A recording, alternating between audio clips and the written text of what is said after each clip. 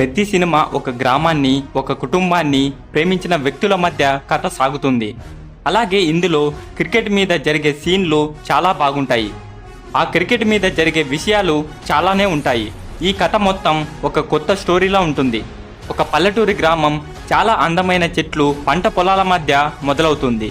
గ్రామంలో ప్రజలు మొత్తం సంతోషంగా పంట పొలాలకు వెళ్ళి పనులు చేసుకుంటూ ఉంటారు. ఆ గ్రామంలో ఎలాంటి గొడవలు, అన్యాయాలు లేవు, జరగవు కూడా.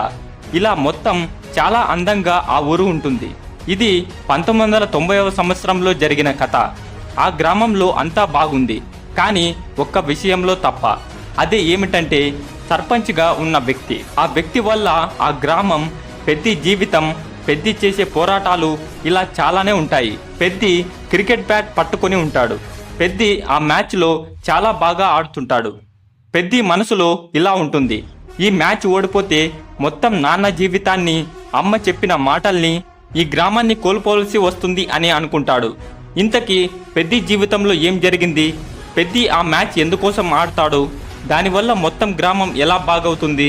ఇలా చాలా విషయాలు ఈ వీడియోలో తెలుసుకుందాం. కాబట్టి ఈ వీడియోని పూర్తిగా చూడండి. అలాగే వీడియోకి లైక్ చేసి ఈ ఛానల్ని సబ్స్క్రైబ్ చేసుకోండి.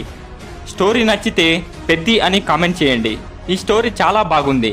ఇందులో మాటలకు సింక్ కావాలని ఎడిటింగ్ని, రంగస్థలం సినిమాలోని సీన్స్ని యూజ్ చేయడం జరిగింది.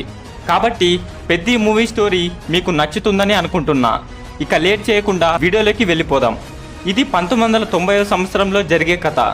ఇందులో పెద్ది తండ్రి సత్యనారాయణ, తల్లి లక్ష్మి. పెద్ది చాలా మంచివాడు. ఎంత మంచివాడు అంతే డేంజర్ వ్యక్తి. పెద్ది వాళ్ళ తండ్రి సత్యనారాయణ సర్పంచ్ ఇంట్లో పనిచేస్తుంటాడు.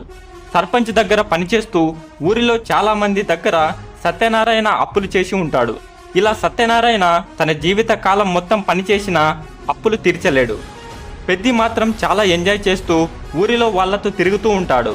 ఇలానే కొంతకాలం సాగుతూ ఉంటుంది. పెద్ది తండ్రి సత్యనారాయణ చనిపోతాడు.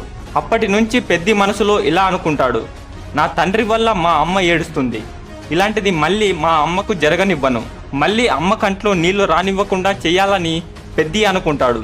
అలాగే పెద్ది కూడా ఒకరోజు సర్పంచ్ దగ్గర పని కోసం వెళ్ళి అక్కడే తన తండ్రిలాగే పనిచేస్తాడు. సర్పంచ్ కూతురు జానకి. జానకి ఒకరోజు పెద్దిని పిలిచి తన ప్రేమ విషయం చెబుతుంది. పెద్దికి అర్థం కాదు. జానకిని పెద్ది చూడటం అదే మొదటిసారి. దానికి పెద్ది ఏం అనడు. జానకి అక్కడి నుండి వెళ్ళిపోతుంది. అలా కొన్ని రోజులు సాగుతుంది. ఏ ఎన్నికలో అయినా గ్రామంలో 5 సంవత్సరాలకు ఒకసారి ప్రజలు ఓటు వేసి సర్పంచును ఎంచుకుంటారు. కానీ ఈ గ్రామంలో మాత్రం ఎన్నికలు ఉండవు. కేవలం ఒక్క జాతరలో జరిగే క్రికెట్ మ్యాచ్తోనే సర్పంచును ఎంచుకుంటారు. కానీ గత 20 సంవత్సరాలుగా సర్పంచ్ ఒక్కడే గెలుస్తున్నాడు. ఈసారి జరిగే జాతరలో మ్యాచ్ ఎలా ఉంటుంది అని ఆ ఊరిలోని ప్రజలు అనుకుంటుంటారు. జాతర మొదలవుతుంది. సర్పంచ్ అలాగే సర్పంచ్ కూతురు జానకి కూడా జాతరకు వస్తుంది. పెద్ది మాత్రం జానకిని చూడడు. తనతో ఏ మాట మాట్లాడడు. ఆ మరుసటి రోజు జరిగే మ్యాచ్ చాలా భయంకరంగా జరుగుతుంది. అక్కడ ఒక్కసారిగా ఒకరినొకరు కొట్టుకుంటారు. ఆ మ్యాచ్లో ఎవరు గెలిస్తే వచ్చే 5 సంవత్సరాలు సర్పంచ్గా ఎన్నికవుతాడు. ఇంతకీ ఆ మ్యాచ్ ఎలా జరిగింది? ఇక్కడితో ఇంటర్వెల్. జాతరకు చాలా మంది వచ్చి ఉంటారు. అక్కడ మ్యాచ్తో సర్పంచ్ ఓడిపోయే పరిస్థితి కనబడుతుంది. ఆ మ్యాచ్లో ఎవరు బాగా ఆడరు. కానీ ఒక్కసారిగా సర్పంచ్ టీంలోకి పెద్ది వస్తాడు. ఒక్కసారిగా మ్యాచ్ మొత్తం ఒక్క సైడ్ అవుతుంది. పెద్ది మ్యాచ్ గెలిపిస్తాడు. ఆ గ్రామ ప్రజలు సంతోషంగా ఉంటారు. కానీ మ్యాచ్ తర్వాత సర్పంచ్ కూతురు వచ్చి పెద్దితో ఇలా అంటుంది, నువ్వు ఈ మ్యాచ్ గెలిపించకుండా ఉండాల్సింది. నువ్వు మ్యాచ్ గెలిపించి మా నాన్నను సర్పంచ్గా చేశావు. కానీ ఇది గ్రామానికి చాలా ప్రమాదకరంగా మారుతుంది అని పెద్దితో జానకి అంటుంది. దాంతో పెద్దికి ఏం అర్థం కాదు. అలా జానకి తండ్రి సర్పంచ్ అవుతాడు. కొన్ని రోజులకు పెద్ది జానకిని కలిసి ప్రేమ విషయం చెప్తాడు. అలా వాళ్ళు ఇద్దరు ఒక్కటవుతారు. కానీ పెద్ది జానకికి దగ్గర అయ్యింది సర్పంచ్ ఏం చేస్తున్నాడో తెలుసుకోవడానికి. ఒకరోజు రైతుల మీద సర్పంచ్ మనుషులు దాడి చేస్తుంటారు. వాళ్ళను కొడతారు. అది పెద్ది చూసి వాళ్ళను ఒక్కొక్కరిని చంపుకుంటూ వస్తాడు. ఇది చేసింది సర్పంచ్ అని తెలిసి పెద్ది సర్పంచ్ని అడుగుతాడు, ఇలా ఎందుకు చేశావు అని. అప్పుడు సర్పంచ్ ఇలా అంటాడు, వాళ్ళు నా దగ్గర అప్పులు చేశారు, అందుకే వాళ్ళను కొట్టి అడుగుతున్నాను అంటాడు. అలా పెద్ది ఏం చేయలేకపోతాడు. మరుసటి రోజు సర్పంచ్ ఊరిలో ఉండే రైతుల భూములను ఆక్రమించుకోవడం మొదలు పెడతాడు. దౌర్జన్యం చేస్తూ వాటిని ఆక్రమిస్తాడు. అక్కడ ప్రజలకు ఏమీ అర్థం కాదు.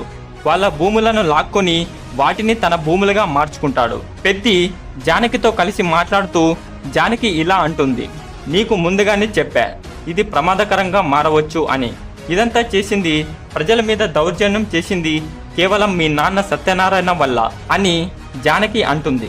దానికి పెద్ది, అదంతా మా నాన్న వల్ల ఎలా జరిగింది అని అంటాడు. జానకి చెబుతూ, మీ నాన్న సత్యనారాయణ చేసిన పనులు చాలా మంచివి. ప్రజలు చాలా సంతోషంగా ఉండేవారు. ప్రజలకు ఏదైనా అవసరం వస్తే ఆ భారాన్ని తన మీద వేసుకొని అప్పులను తనపై వేసుకున్నాడు. అంతేకాకుండా సత్యనారాయణ చనిపోవడానికి కారణం సర్పంచ్ అని జానకి పెద్దికి చెబుతుంది. అంతలోనే పోలీసులు పెద్దిని అరెస్ట్ చేసి స్టేషన్కు తీసుకెళ్తారు. అలా అక్రమంగా పెద్దిని స్టేషన్లో అరెస్ట్ చేసి ఉంచుతారు. అప్పుడు సర్పంచ్ వచ్చి విడిపిస్తాడు. అలా కొన్ని రోజులు అవుతుంది. అలా పెద్ది ఊరిలో జరిగిన వాటికి పెద్ది నాన్న చనిపోవడానికి కారణం ఏమై ఉంటుంది, అంతలోపే సర్పంచ్ వచ్చి ఎందుకు విడిపించాడు, ఇవన్నీ పెద్ది ఆలోచిస్తూ ఉంటాడు. అలా జానకితో మాట్లాడుతూ పెద్ది అడుగుతాడు, ఇప్పుడు నేను ఏం చేయాలి అని. అప్పుడు జానకి ఇలా అంటుంది, పెద్ది నువ్వు చేయాల్సింది కేవలం మళ్ళీ వచ్చే సంవత్సరంలో జరిగే జాతరలో జరిగే మ్యాచ్ నువ్వు ఆడకూడదు. అలా ఆడకుండా ఉండాలి అంటే నువ్వు కూడా ఒక టీంతో పోటీలోకి దిగాలి అని జానకి అంటుంది. దానికి పెద్ది ఆలోచిస్తూ సరే అంటాడు. జానకి ధైర్యానికి పెద్దిని ఒప్పిస్తుంది. అప్పుడు సర్పంచ్కి వ్యతిరేకంగా పెద్ది సిద్ధమవుతాడు. అలా వచ్చే సంవత్సరంలో జరిగే జాతరలో మనమే గెలవాలి, అంతేకాకుండా సర్పంచ్గా కావాలి అని పెద్ది అనుకుంటాడు. ఇదంతా విషయాలు సర్పంచ్కి తెలుస్తాయి.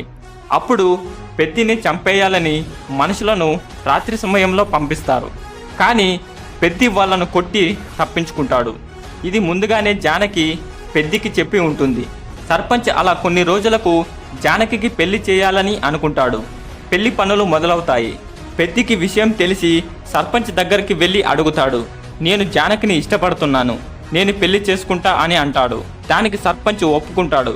కానీ సర్పంచ్ పెద్దితో ఇలా అంటాడు, నువ్వు జానకిని పెళ్లి చేసుకోవచ్చు, వచ్చే సంవత్సరం జాతరలో జరిగే మ్యాచ్లో నువ్వు ఓడిపోవాలి అని అంటాడు.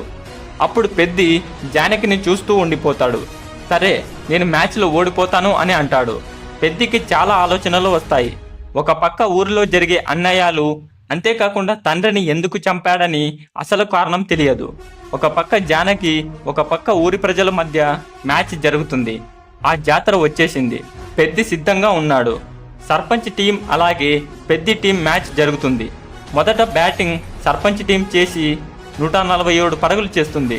అలా భయంకరంగా వాళ్ళు ఆడుతుంటారు. సర్పంచ్ మనుషులు ఒక పక్క మ్యాచ్ జరుగుతుంటుంది. పెద్ది టీంలో ఆడే ప్రతి ఒక్కరి ఇళ్లను సర్పంచ్ మనుషులు తగలబెడతారు. చాలా అన్యాయాలు చేస్తారు. అలా మ్యాచ్లో పెద్ది బాగా ఆడుతాడు. చివరిలో బ్యాట్ యొక్క హ్యాండిల్ ఊడిపోతూ ఉంటుంది. ఒక్క బాల్కి 7 పరుగులు కావాలి. పెద్ది అలా బ్యాటును కిందకు కొట్టి 6 కొడతాడు. మ్యాచ్ టైగా ముగుస్తుంది. అలా ఆ మ్యాచ్ మొత్తాన్ని సర్పంచ్ మనుషులు గొడవ పెట్టుకొని మరీ ఆపుతారు. మరుసటి రోజు మళ్ళీ మ్యాచ్ ఆడాలి. అలా అందరూ వెళ్ళిపోతారు. అలా పెద్ది స్టోరీ పార్ట్ 1 ముగుస్తుంది. పెద్ది పార్ట్ 2లో అసలు మ్యాచ్ ఏం జరిగింది, సర్పంచ్ కూతురు జానకిని పెద్ది పెళ్లి చేసుకుంటాడా, అలాగే ఒక పక్క తల్లి పెద్దిని ఎందుకు వదిలేస్తుంది, తండ్రిని చంపడానికి కారణం ఏమిటి, పెద్ది తల్లి ప్రేమను జానకి ప్రేమను ప్రజలను గెలుస్తాడా, ఇదంతా తెలుసుకోవాలంటే ఈ వీడియోని పూర్తిగా చూడండి. అలాగే పార్ట్ 2 కావాలంటే పెద్ది అని కామెంట్ చేయండి. ఈ వీడియో మీకు నచ్చితే తప్పకుండా లైక్ చేసి ఛానల్ని సబ్స్క్రైబ్ చేసుకోండి.